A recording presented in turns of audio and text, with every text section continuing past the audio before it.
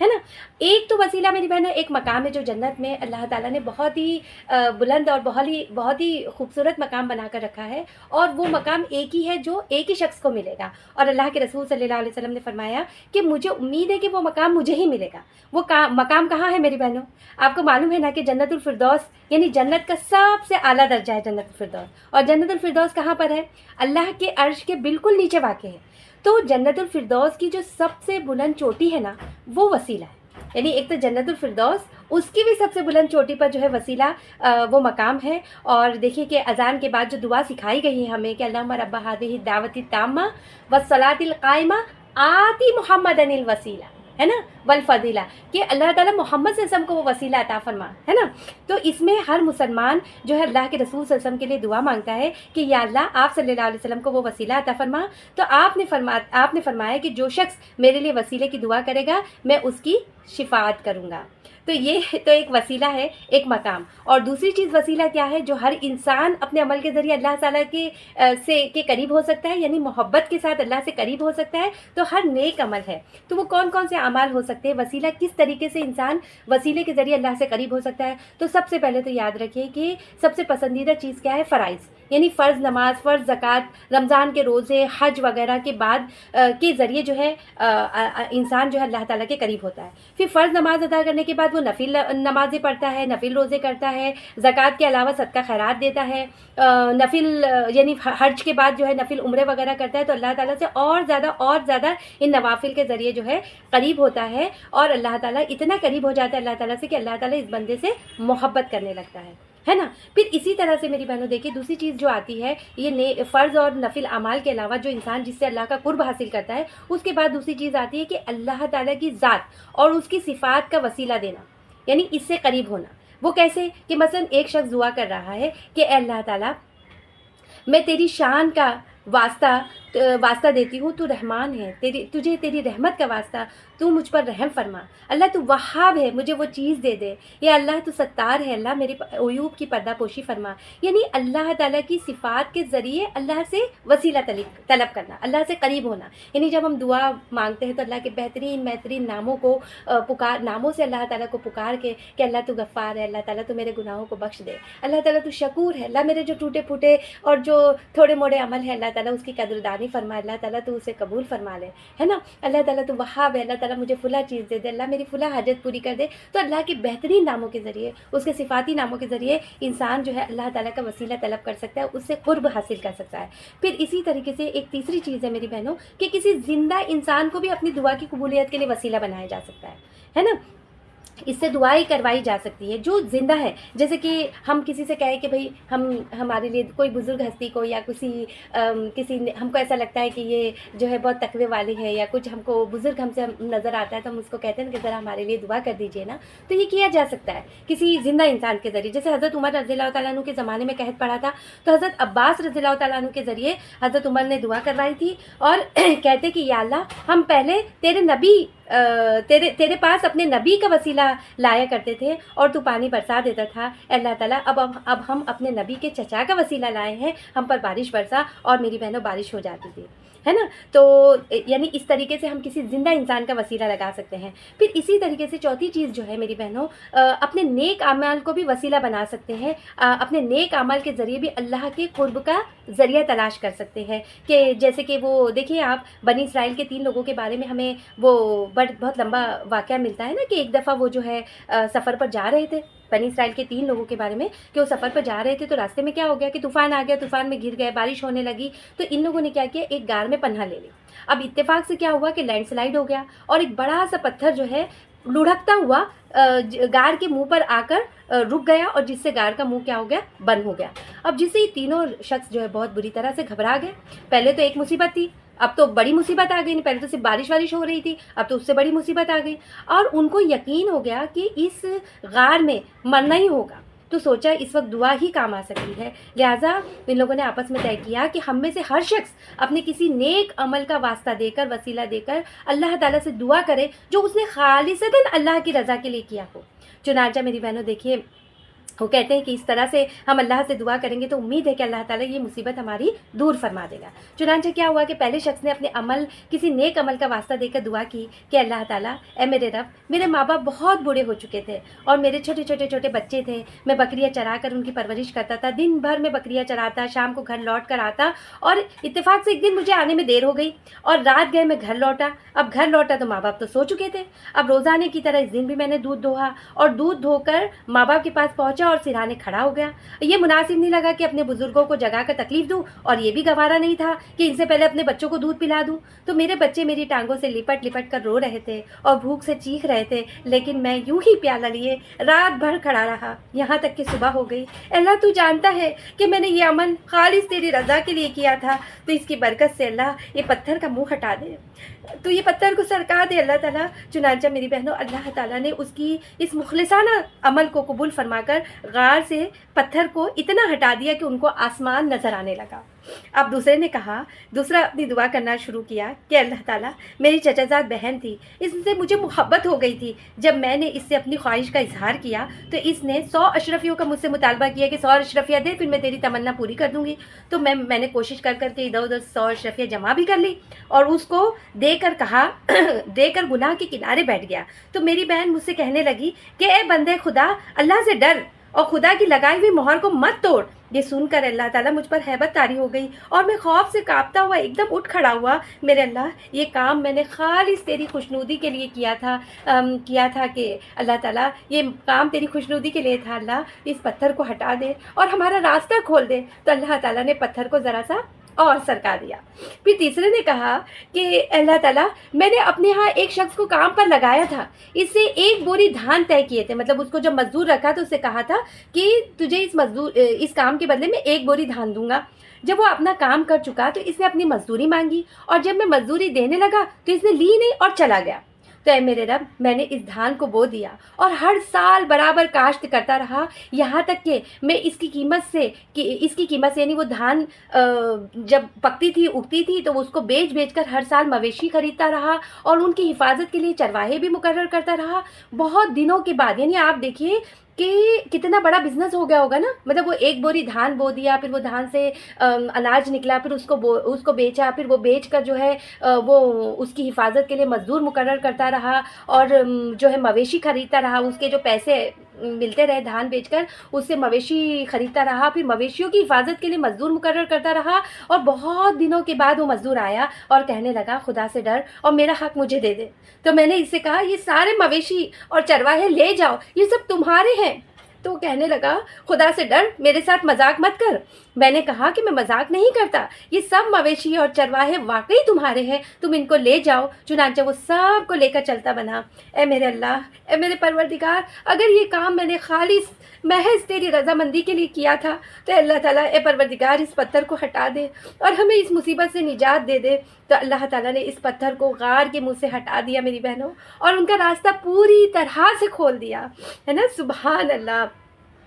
تو میری بہنوں دیکھیے کہ اللہ کے قرب کو حاصل کرنے کے لیے کتنے پیارے پیارے طریقے ہیں کہ جب بندہ اللہ سے قریب ہو جاتا ہے، اتنا قریب ہو جاتا ہے کہ جو اس کا رب چاہتا ہے وہ کرتا ہے، اس سے ہٹ کر وہ نہ سنتا ہے، نہ دیکھتا ہے، نہ پکڑتا ہے، نہ اس راستے پر جاتا ہے، تو وہ اللہ تعالیٰ کا محبوب بن جاتا ہے اور اللہ تعالیٰ اس سے محبت کرنے لگتا ہے، اور اللہ تعالیٰ جس سے محبت کرتا ہے تو جبرائیل علیہ السلام کو بلا کر کہتا ہے کہ میں فلاں بندے سے محبت کرتا ہوں، تم بھی اس سے محبت کرو، اور جبرائیل علیہ السلام بھی اس سے محبت کرنے لگتے ہیں۔ پھر جبرائیل علیہ السلام آسمانوں میں اعلان کرتے ہیں کہ اللہ تعالیٰ فرماتا ہے کہ میں فلاں بندے سے محبت کرتا ہوں، اس لیے تم بھی اس سے محبت کرو۔ بس آسمان پر رہنے والے بھی اس سے محبت کرنے لگتے ہیں، فرشتے جو آسمان پر رہنے والے نہیں، فرشتے بھی اس سے محبت کرنے لگتے ہیں۔ پھر زمین میں اس کی محبت، اس کی مقبولیت پھیلا دی جاتی ہے میری بہنوں۔ تو سبحان اللہ، کتنی زبردست چیز ہے یہ وسیلہ۔ اللہ تعالیٰ ہمیں بھی ایسے عمل کرنے کی توفیق دے جس سے ہم اللہ کے قرب کو، اس کے وسیلے کو حاصل کر سکے، آمین یا رب العالمین۔ ام من قریۃ الا نحن مہلکوها وام من قریۃ، اور نہیں ہے من قریۃ کوئی بستی الا مگر یہ کہ نحن مہلکوها ہم اس کو ہلاک کر دیں گے۔ کب ہلاک کر دیں گے؟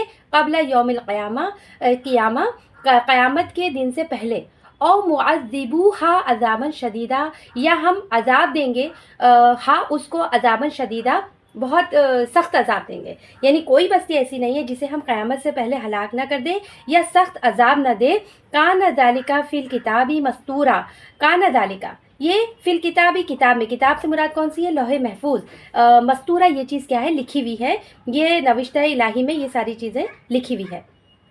تو میری بہنوں دیکھیے کہ ہر بستی کو ختم کر دیں گے. ہر بستی کو، کوئی بستی ایسی نہیں ہے جسے ہم ہلاک نہ کریں قیامت سے پہلے یا قیامت پر. تو اس سے مراد کیا ہے؟ یا تو بستی اپنی طبعی موت مرے گی، یعنی پوری بستی کے لوگ. بستی سے مراد کیا ہے؟ بستی کے لوگ. یا تو انسان جو ہے طبعی موت مرتا ہے، یا پھر جو ہے عذاب الہی سے اس کو فوت کیا جاتا ہے، اسے موت دی جاتی ہے. اور کسی بستی کو اللہ تعالیٰ کیوں ہلاک کرتے ہیں؟ ایک تو طبعی موت تو ویسے ہی آتی ہے، انسان جو دنیا میں آیا اس کو مر کے تو جانا ہی ہے. لیکن ہلاک کب ہوتا ہے؟ وہ پوری کی پوری قوم کب ہلاک ہو جاتی ہے؟ جب اس کے رہنے والے ظالم ہوں.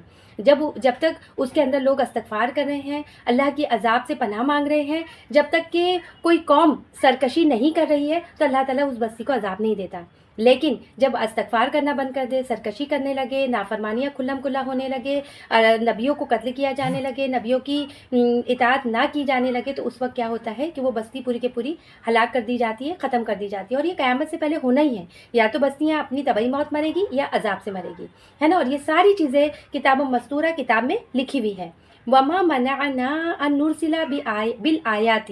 وما منعنا اور ہم نے نہیں روکا ان نرسل کہ ہم بھیجے بالآیات نشانیوں کو، یعنی ہم کو نشانیاں بھیجنے سے نہیں روکا، مگر کس بات میں، کس بات کی وجہ سے اللہ تعالیٰ نے نہ بھیجا؟ کہ ان کذب بہ الاولون، کہ جھٹلا دیا تھا اس کو اولون، پہلوں نے بھی جھٹلا دیا تھا. یعنی دیکھیے اللہ تعالیٰ یہاں اہل مکہ کی سوالات کا، ان کے مطالبات کا جواب دے رہے ہیں، کیونکہ وہ مطالبات کرتے تھے نا کہ ہمیں اللہ، نبی صلی اللہ علیہ وسلم سے کہتے تھے کہ ہمیں فلاں معجزہ دکھاؤ، ہمیں فلاں معجزہ دکھاؤ. یہ جو ہے نا، یہ پہاڑ ہے نا مدینہ مکہ کے آس پاس، ان کو ذرا سرکا کے دور کر دو. یہ جو مکہ کی سرزمین ہے نا، یہ ذرا بولتے ہیں نا پہاڑوں سے گھری ہوئی ہے، اس کو جو ہے پہاڑوں کو دور سرکا دو، اور یہ زمین کو ہے چٹین میدان بنا دو، اس کے اندر نہریں بہا دو، اس کے اندر باغ اگا دو. اور ذرا دیکھو محمد صلی اللہ علیہ وسلم، ہم لوگ جو جاتے ہیں نا شام وغیرہ میں بزنس وغیرہ کے سلسلے میں، تو بہت دور پڑتا ہے نا ہم کو وہ علاقہ، تو کیا کرو اس کو قریب کر دو. طرح طرح کی چیزیں جو ہے نا، کبھی کہتے اس کو پہاڑ کو سونے کا بنا دو، کبھی کچھ کہتے کبھی کچھ کہتے، معجزات دکھاؤ. تو اللہ تعالیٰ ان کی باتوں کا یہاں پہ جواب دے رہے ہیں کہ ہم کو نشانیاں بھیجنے سے، معجزات بھیجنے سے کسی چیز نے نہیں روکا، مگر اس بات نے کہ ان سے پہلے کے لوگ بھی جھٹلا چکے ہیں، ہے نا. اس سے پہلے کتنے انبیاء اور کتنے معجزات ان کو دیے گئے. تو اللہ تعالیٰ یہاں مثال کے طور پہ سمود کی بات پیش کر رہے ہیں. وہ آتے ہی نا سمود ناقتا، اور ہم نے عطا کی سمود کو ناقتن، ایک اونٹنی، مبصرتن تھی. وہ مبصرتن کا مطلب کیا ہوتا ہے میری بہنوں؟ دیکھنے والی، دکھانے والی، بالکل روشن واضح، مطلب بالکل سامنے تھی ان کی. ایسا نہیں تھا کہ کوئی تصوراتی چیز تھی، بلکہ جیتی جاگتی اونٹنی جو ہے اللہ تعالیٰ نے بطور معجزہ پیش کر دی. لیکن انہوں نے کیا کیا کہ فظلموا بہا، بس انہوں نے ظلم کیا اس کے ساتھ. وما نرسلوا بالآیات الا تخویفا، اور ہم نہیں بھیجتے بالآیات نشانیاں الا تخویفا. تخویفا کا مطلب ہوتا ہے ڈرانے کے لیے. یعنی سمود کو ہم نے علانیہ اونٹنی لا کر دی اور انہوں نے اس پر ظلم کیا. ہم نشانیاں اسی لیے تو بھیجتے ہیں کہ لوگ انہیں دیکھ کر ڈرے، ہے نا. ہم ڈرانے کے لیے نشانیاں بھیجتے، لیکن یہ لوگ ڈرے نہیں، بلکہ انہوں نے کیا کیا جو ہے اس کے ساتھ ظلم کیا. انہوں نے اس اونٹنی کے ساتھ کیا کیا تھا میری بہنوں؟ جب سمود نے صالح علیہ السلام سے مطالبہ کیا تھا کہ ہمیں اونٹنی بطور معجزہ لاؤ، دکھاؤ تو ہم مانیں گے، تو حضرت صالح علیہ السلام نے اللہ سے دعا کی اور بطور معجزہ ان کو اونٹنی دے دی گئی. لیکن اونٹنی کو کیا کیا انہوں نے؟ اونٹنی کی بھی جو اللہ کی طرف سے معجزے کے طور پہ دی گئی تھی، بجائے اس کی کہ اس کی حفاظت کرتے، انہوں نے اس کو مار ڈالا. اور جب مار ڈالا تو پھر ان کے اوپر عذاب آیا، قوم سمود کے اوپر بہت زبردست.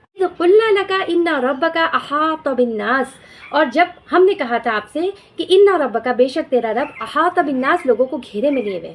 احاطہ کا مطلب ہوتا ہے گھیرا، یعنی ایسی چیز کو کہتے ہیں گھیرا جس سے کوئی بھاگ نہیں سکتا، ہے نا. یہاں مراد پھر کیا ہے کہ اللہ تعالیٰ اپنے علم اور قدرت کے ساتھ ہر ایک بندے کو، ہر ایک انسان کو جانتا ہے، اور اس کو ہر ایک کی خبر ہے کہ کون کیسی، کہاں، کس طریقے کی زندگی گزار رہا ہے. اور ہر انسان اللہ تعالیٰ کے گھیرے میں ہے، کوئی اس گھیرے کو توڑ کر بھاگ نہیں سکتا، ہے نا. وما جعلنا الرؤیا، اور ہم نے نہیں بنایا رؤیا کو، التی اریناک الا فتنۃ للناس، جو کہ ہم نے دکھایا آپ کو مگر فتنہ، فتنہ یعنی آزمائش بنا دیا للناس لوگوں کے لیے. یہاں پر میری بہنوں دیکھیے رؤیا کا لفظ ہے. رؤیا ویسے تو خواب دیکھنے کے لیے بھی آتا ہے نا, اور آنکھوں سے دیکھنے کے معنوں میں بھی آتا ہے. یعنی ظاہر سی باتیں, یعنی اس سے ہمیں یہ پتہ چلتا ہے کہ اللہ کے رسول صلی اللہ علیہ وسلم کو جو معراج ہوئی تھی وہ آپ کو خواب کی شکل میں نہیں دکھلائی گئی تھی. جیسے کہ کچھ مفسرین یہ کہتے ہیں کہ آپ کو خواب کی شکل میں جنت جہنم کی سیر کرائی گئی اور آپ معراج پہ گئے وغیرہ. لیکن یہاں پر رؤیا دیکھنے کے معنوں میں بھی آتا ہے, کیونکہ اگر خواب ہوتا کہ اللہ کے رسول صلی اللہ علیہ وسلم خواب کی حیثیت سے کفار کے سامنے یہ چیزیں بیان کرتے تو کوئی وجہ نہیں تھی کہ وہ ان کے لیے آزمائش بن جاتا ہے نا, کیونکہ خواب تو ایک سے ایک عجیب دیکھا جا سکتا ہے نا, اور لوگوں سے بیان بھی کیا جا سکتا ہے. وہ کسی کے لیے ایسے اچنبے کی چیز نہیں ہوتی کہ لوگ اس کی وجہ سے خواب دیکھنے والے کا مذاق اڑائے یا اس پہ جھوٹے دعوے یا جنون کا الزام لگانے لگے. کیونکہ خواب تو ہم کچھ بھی دیکھتے ہیں, خواب میں تو یہ بھی دیکھتے ہیں کہ ہم اڑ رہے ہیں, ہم تیر رہے ہیں, ہم سمندر کی تہہ میں ہیں, آسمان کی بلندیوں پہ, کچھ بھی انسان دیکھتا ہے تو خواب ہوتا ہے.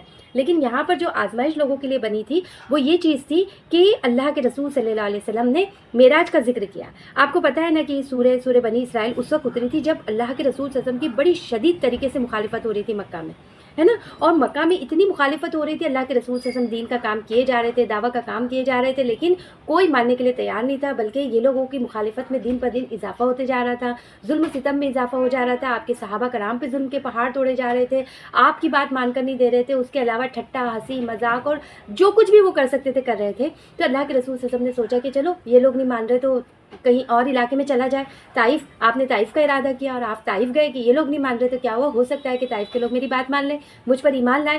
لیکن میری بہنوں طائف والوں نے تو مکہ والوں سے بڑھ کر برا سلوک کیا. وہ واقعہ انشاءاللہ کسی اور موقع پر ہم تفصیل سے دیکھیں گے, اس وقت اس کا اتنا وقت نہیں ہے.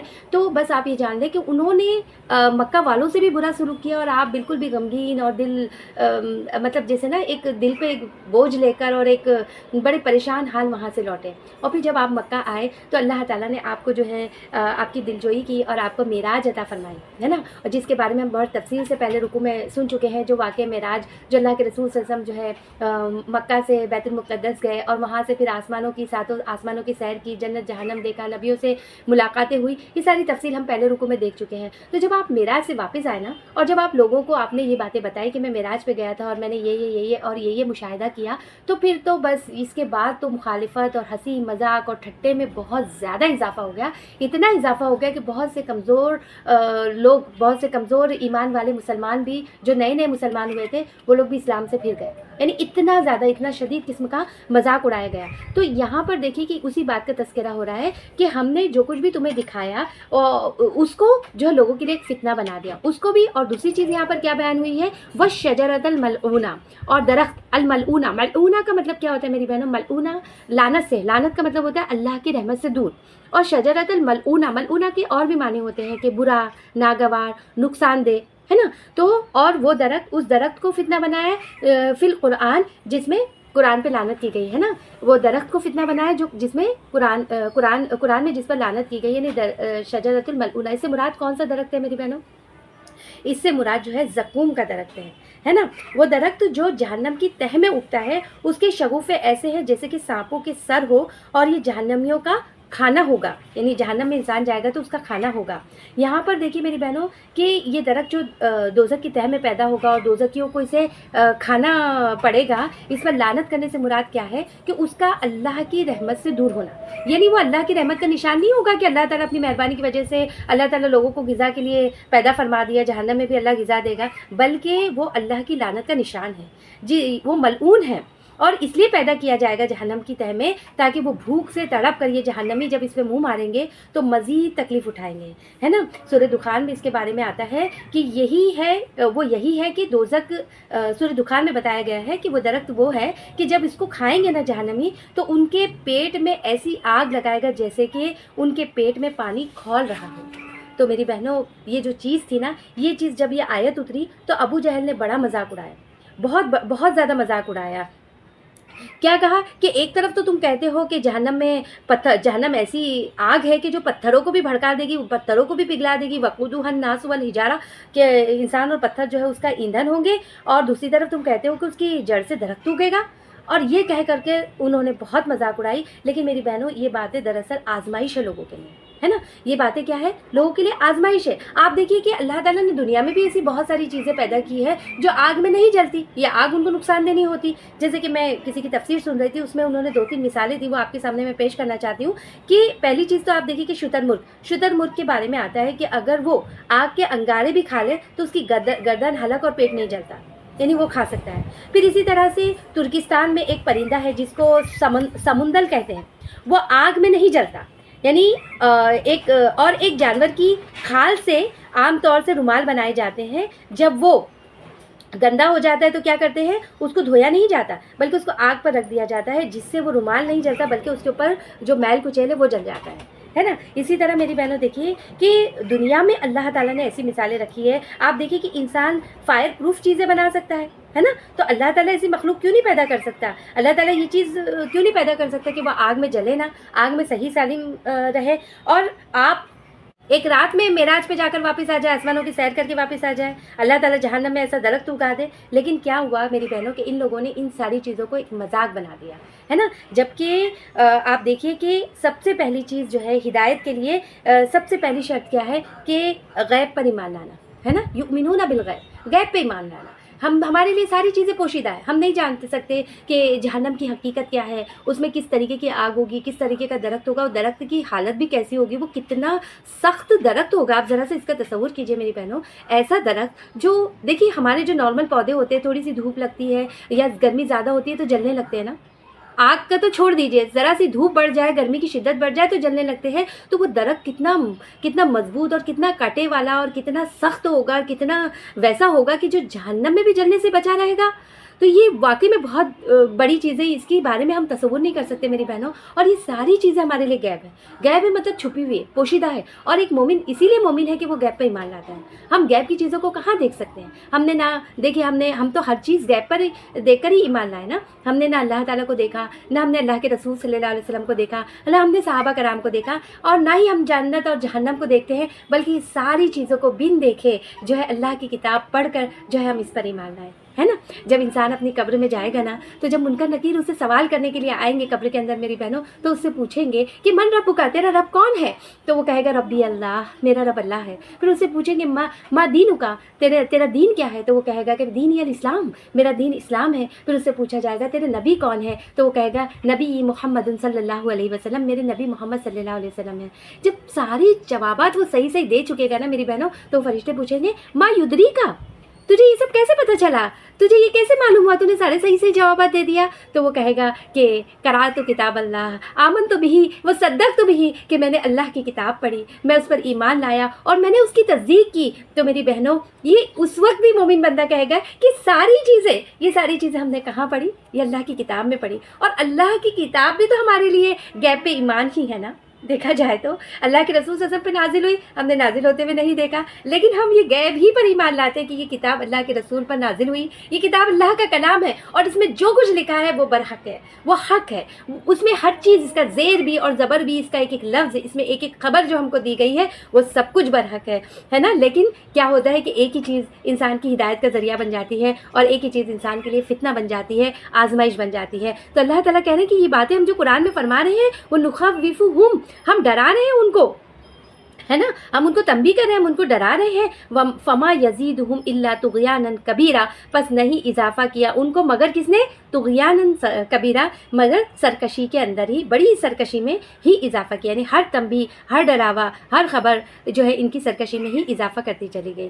تو میری بہنوں یہاں پر دیکھیے الحمدللہ ہمارا یہ رکوع نمبر 6 مکمل ہوا. اللہ کا شکر ہے الحمدللہ. انشاءاللہ آئندہ اگلے رکوعات کے ساتھ ملاقات ہوگی. ہم دعا پڑھ لیتے ہیں کہ اللہم ارزقنی التفکر وتدبر بما یتلوہ لسانی من کتابک والفہم لہ والمعارفۃ بمعانیہ والنظر فی عجائبہ والعمل بذلک ما بقیت انک علی کل شیء قدیر. سبحان اللہ وبحمدہ, سبحانک اللہم وبحمدک, نشہد ان لا الہ الا انت, نستغفرک ونتوب الیک. السلام علیکم ورحمۃ اللہ وبرکاتہ.